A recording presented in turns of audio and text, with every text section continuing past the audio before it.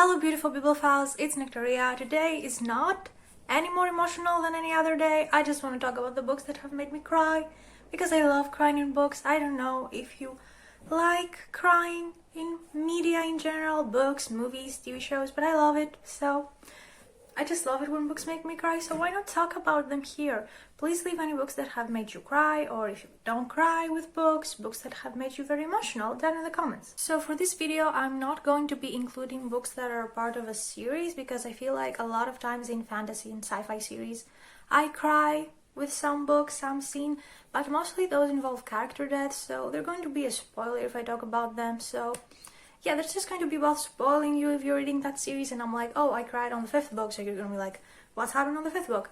So yeah, it's both spoiler and out of context, so I'm not going to be including those. So I'm going to try to do this from the books I've cried tons and like I've sobbed and cried buckets and buckets of tears with, to the books I've just shed some tears with. So the first book is, not surprisingly, The Book Thief by Marcus Zusak. As you may have heard, this is historical fiction set in Germany during the Second World War, so yeah, it's kind of like, you know you're going to cry tons, so not surprising.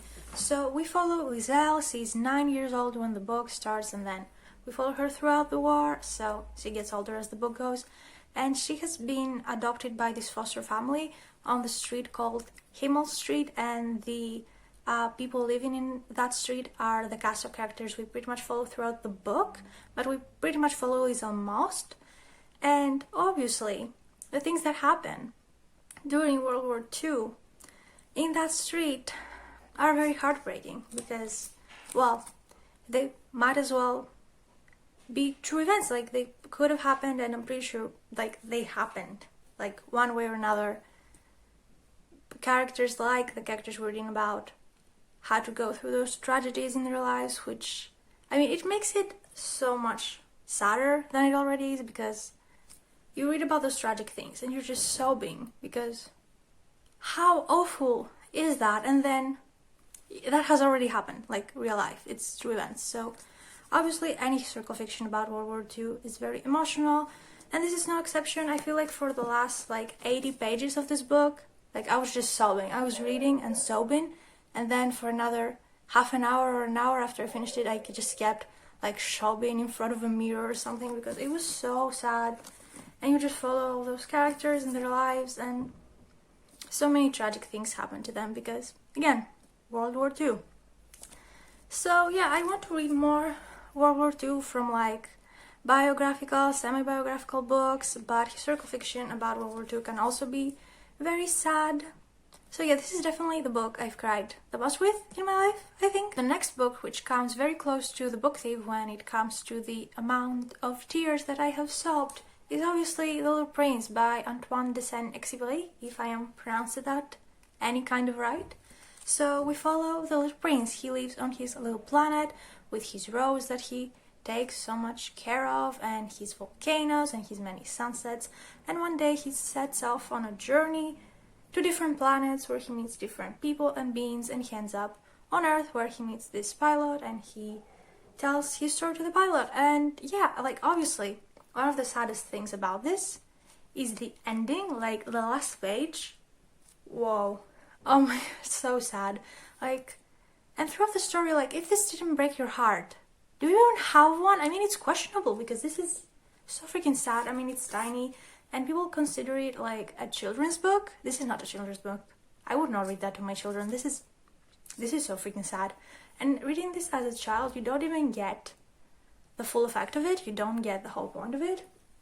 And if you just think of every emotional and sentimental, sensitive quote on this as a metaphor for how innocent the way children see the world is compared to the way adults are used to live in the cruelty of the world, it's just mind-blowing. And like oh my god, this book ruined me when I reread it when I was older, and I want to reread it, but it's gonna break me again, so I'm not sure whether I have the guts to do that. But it's a gorgeous book that I think everyone should read. So next, All the Light We Cannot See by Anthony Doerr.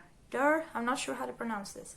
So this is another World War II historical fiction. We follow two different narratives and the points of view change throughout the story. First, we have this German boy who becomes an expert at fixing radios, and that expertise of his is used to track down the resistance during the war. And then we have this French girl. She's blind. Her father worked at the Museum of Natural History, and when the war is about to start, they flee to her great uncle's house in a different town with maybe the most precious jewel of the museum, which they try to save throughout this whole thing. Of course, the two stories get entangled at some point, and again, this is so heartbreaking because even though it's historical fiction, those events have happened, like the general events have happened, and those stories with a few variations could have happened in the past and have happened in the past probably, which is so heartbreaking to read about. This is not just sad in the ending. This has so many different chapters and scenes that were just heartbreaking throughout the story, and they just hit so hard, and the writing was really good, and I was just like, oh, I was crying so many times throughout the story, and I had to just put the book down and have a good cry with how sad it was. So yeah, that's another historical fiction I've cried with. Next is One by Sarah Crossan. This is a YA contemporary written in verse, which, if you ask me, it makes it even more sad.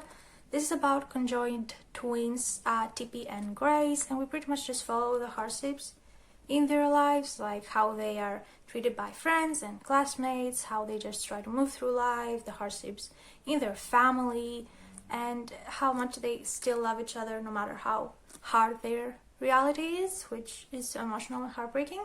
And I swear, if I find this one chapter that made me cry my eyes out and I read it silently to myself right now, I'm gonna cry. So let's not do that. But yeah, this is a book I've cried so much with. Next, we have Little Fires Everywhere by Celeste Inc. This, I think it counts as adult fiction, literary fiction, I'm not sure.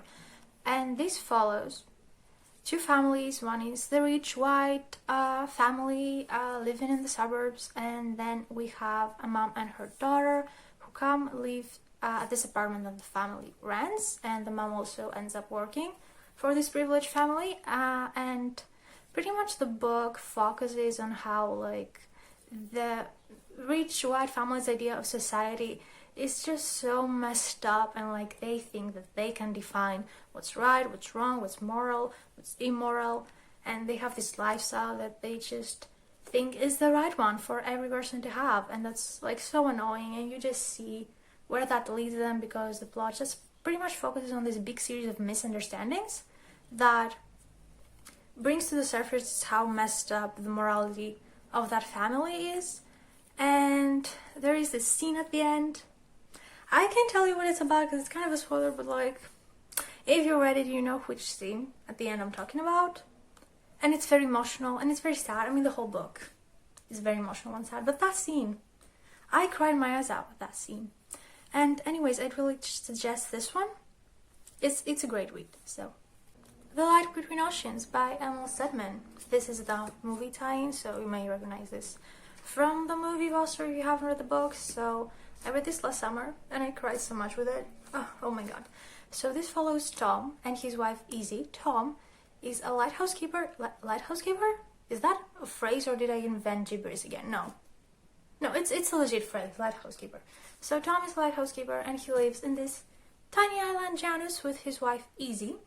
And pretty much at the beginning of the book we follow their story. They're struggling to have children, but their attempts have been unsuccessful. So yeah, if you're not in the right mindset to read about miscarriages, don't pick up this book.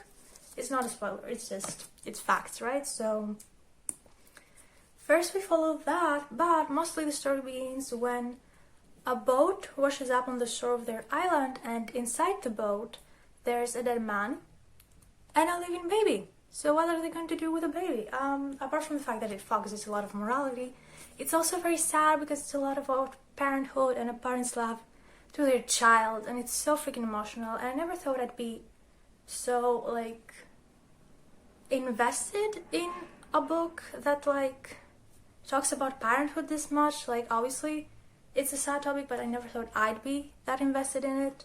Like, I'm still not interested in parenthood, like, in generally reading about parenthood, but this one made me so emotional. Like, it's so freaking sad, you know? Like, oh. The ending, again, there were different parts of the ending that I was crying with and that I kept constantly crying with. And this next one is more of an honorable mention because it's non-fiction, it's a self-help. Like, does this kind of self-help? I think it does, and I don't even read self-help books. I don't like them, but Leo Buscaglia, he's the king of everything. Like, this is my favorite book of his, Living, Loving, Learning, and I've also read Bus Night to Paradise, and I loved both these books, and I cried at different parts of these books because he's so sweet and caring and just nice, and he just wants to teach you all these little simple lessons about life, and he gives all these examples to make you see life as this harmony and as this way to live in peace with other humans and not care about things, just vibing, you know. And he's so sweet. Like, I stand by my statement that he is the sweetest man to have walked on planet Earth. I stand by that statement. So unless anything new comes up, I stand by that statement. So I do cry with Buscaglia. Your girl cries with Buscaglia. That's me. I'm not ashamed of it. Another YA contemporary I've cried with, I'll Give You the Sun by Judy Nelson, John D. Nelson. This is one of the best YA contemporaries I've ever read. Like, this was recommended to me by my friend, and she was so right because I love this so much. I don't know what it is with twin siblings, but this has twin siblings as well. This one has Jude and Noah, they're twins, and I think like everything else I'll say about this is a spoiler, but they have very tragic things happening to them, and we follow many characters who develop all sorts of different relationships with each other, and all kinds of sad things happen to them, and it's so heartbreaking, and this book was so good. I want to reread this. I mean, if you want to read like YA contemporary but you're afraid about the writing, like this one, this is the book for you. This is so good. And I cried with the ending. I'm sure I've underlined a lot of quotes because I cried so much with the ending. I love this. Read this. Last book for today. These are not all the books I've cried with. I've cried with so many more books, but if I include... Oh, you see the book. Anyways, if I include all of this in one video, it's gonna be so long, so I'm going to make a part 2 of this. But for today, the last book is Daisy Jones and the Six by Taylor Jenkins Reid. This follows a fictional band in the 70s, Daisy Jones and the Six. And if you're wondering how in the world did I manage to cry about a fictional band, I did, because the very last sentence of this is one of those last sentences that just sends you off crying. Oh, it was so good. And also, there was the ending as the characters' relationships get more complex, the way human relationships tend to do. It was so emotional, and I cried so much. And I actually think I cried with this book more than most people who have cried with this book have cried. If this makes sense. Like, I know what I mean is I know a lot of people have cried with it, but I feel like I cried more than the average amount of tears that have been said for this book. I don't know, I just, comparing it to other people's experiences, I cried more with this book. I don't know why. I don't know why it hit me so hard. It just did. It's a really nice book. I want to read anything else Taylor Jenkins Reid has written. She has a new book coming out soon. I'd like to get my hands on it, we'll see. Anyways, I've cried with this. So these were today's books. Most definitely not all the books I've cried with in my life. I've cried with many more books than these in my life, but they could not all fit in one video. I'm gonna make a part 2 of this like I already said. So if you've cried with a book, or if you don't cry with books, if you got very emotional with a book, please leave it down below. That was it for my emotional books. Thank you so much for watching. Have a great day, or if you're watching this at night, have a great night. And I'll see you soon with another video. Bye!